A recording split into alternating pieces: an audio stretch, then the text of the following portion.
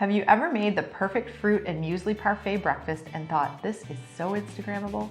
Only to be disappointed by the photo you took of it? Okay, let's be real. My breakfast is usually my 5-year-old's leftover bowl of Captain Crunch or a half-eaten Eggo waffle. Today, I will share a few tips for taking better photos for your social media with whatever camera or device you are holding. Tip number 1, take your photos in the daytime outside in the open shade.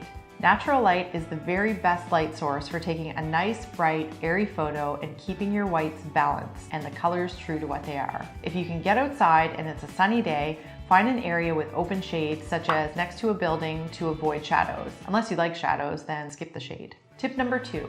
At restaurants, ask for a seat next to the window. Wait for one if you have to. Choosing a seat next to a big bright window will ensure that you have plenty of light to work with to bring light into your image. Make sure there isn't anything or anyone obstructing the light coming from the window to your photo subject. Avoid direct sunlight if you'd like to avoid shadows. Tip number 3, use a DIY reflector. A reflector is simply an item that will reflect light back onto your photo subject, brightening or eliminating shadows. Take a look around you and find something solid and white. It could be a cloth or a paper napkin, a sheet of paper, maybe even a menu or an empty white plate.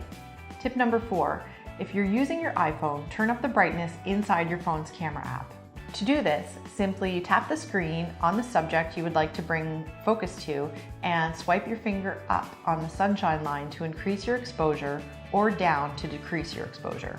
Pro tip, don't use the camera's zoom to get closer to your subject. Instead, move your phone closer to it or crop the image later. Also, hold your hands as still as humanly possible. Stabilize yourself on another surface, a tripod, or with your elbows if you need to.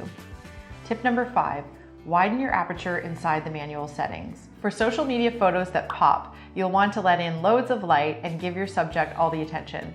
Widening the aperture will make your photo subject tack sharp while blurring background items. Wait, what? Learn more about this by taking my quick online course. The link is here. Tip number 6, be brave. Stand on your chair. For a great aerial angle, getting well above your subject is ideal. Shooting with your subject at floor level or hopping up on a chair, step stool, or ladder will help. You might need to ask your dinner companion or your Instagram husband to hold your reflector while you stand and snap. It's a group effort, really. And there you have it.